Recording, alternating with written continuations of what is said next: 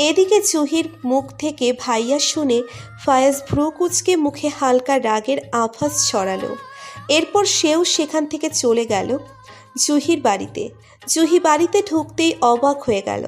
Drawing রুমে পুরো মানুষের ক্ষণক্ষণ করছে। জুহি অবাক, এত মানুষ এখানে কি করে এলো? জুহির নজরে এলো তার বাবা মিস্টার ইবাদতের পাশে ফায়াজ বসে আছে, আর তার মা মিসেস জিনাতের সাথে নীলা বসে আছে ভ্যাটকাচ্ছে। জুহি নীলাকে ইশারায় বোঝালো, তুই এখানে তোর গোষ্ঠী নিয়ে কেন আসলি পাগল? নীলা বুঝেও না বোঝার ভান করেই হেসে যাচ্ছে। নীলার পাশেও আরশি কাঁদো কাঁদো মুখ করে বসে আছে। জুহিমা, এনারা তোকে এনাদের বাড়ির বউ করে নিয়ে যেতে এসেছে। যদি আমরা রাজি হই, তুই রাজি হোস, তাহলে পরের সপ্তাহে তোদের বিয়ে হবে।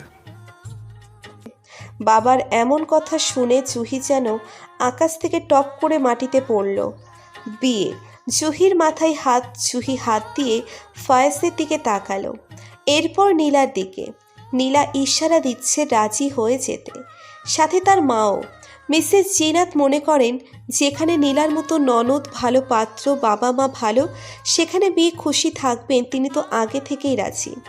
এত লোককে নিজের দিকে উৎসুক হয়ে তাকিয়ে থাকতে দেখে আর মা নীলার এই রকম ইশারা ফিশারা দেখে আর না বলার সাহস পেল না জুহি। মাথা নাড়ালো, যার মানে হ্যাঁ, সে রাজি। মিস্টার ইবাদত ফয়েজকে এবং জুহিকে আলাদা রুমে নিজেদের মতামত প্রকাশের সুযোগ দিল। রুমে আপনার সাহস তো কম হয় না? আপনি আমাদের বাড়ি পর্যন্ত চলে আসছেন। আপনার কি একটুও লজ্জা নেই নাকি? হালকা রাগী স্বরে বলল জুহি। ফায়াজ মুখে বাঁকা হাসি এঁকে জুহির একগুচ্ছ চুল পিছু থেকে এনে সামনে দিয়ে দিল। এরপর বলে উঠল, আমার লজ্জা নেই? ছেলেদের তো লজ্জা থাকতেই নেই। তুমি তো জানো জহি পাখি, আমার সাহসের সবে কি দেখলে। আমি চাইলে আরও অনেক কিছু করতে পারি, তোমার তার ধারণাও নেই। জুহি পিছিয়ে গেল। ফায়াজ বলে উঠল, বিয়েতে হ্যাঁ করেই দাও। বলেই ফায়াজ হন হন করতে করতে রুম থেকে বেরিয়ে গেল। জুহি রাগে ফোঁস করছে। এরপর জুহিও কিছুক্ষণ পর রুম থেকে বেরিয়ে গেল। এবার সবাই পরিষ্কার। জুহির সম্মতি জানতে চায়। মায়ের চাপে শেষমেশ পরিষ্কার করে বলেই দেয়, আমি এই বিয়েতে রাজি, তবে বিয়ের পরেও আমি আমার পড়াশোনা কন্টিনিউ করতে চাই। বলেই নিজের রুমে চলে গেল জুহি।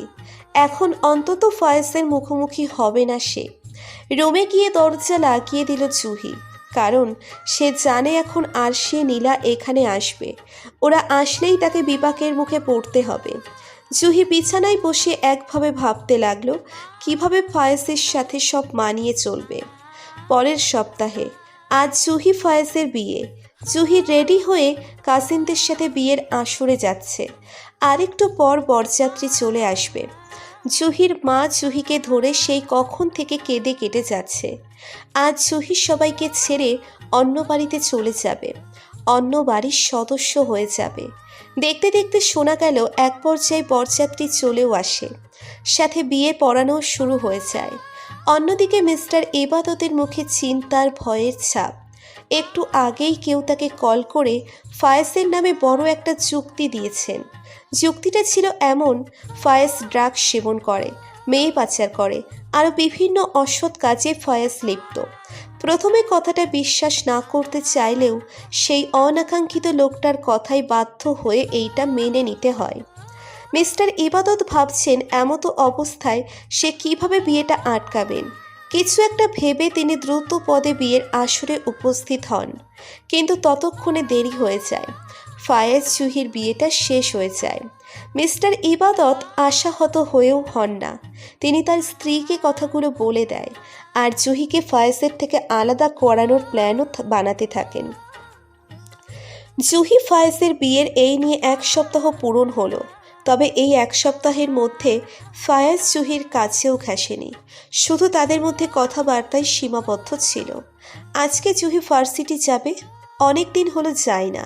নীলা আগেই চলে গেছে তাকে রেখে, আর ফায়াজও অফিসে চলে গেছে দেখে জুহি একটা ট্যাক্সি করে ভার্সিটি চলে যাওয়ার উদ্দেশ্যে, কিন্তু জুহি ভার্সিটি না গিয়ে সোজা তার বাবার বাড়ি চলে যায়।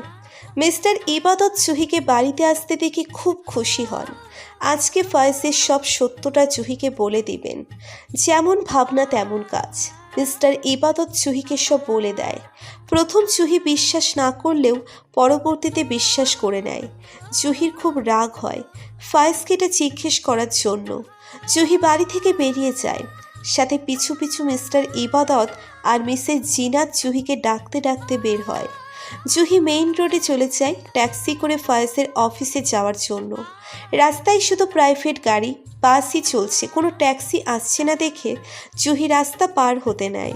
সাথে দ্রুত ক্রমে জুহির সাথে একটা প্রাইভেট গাড়ির অ্যাক্সিডেন্ট হয়, যার দরুন জুহির মাথায় প্রচণ্ডতর আঘাত পায়।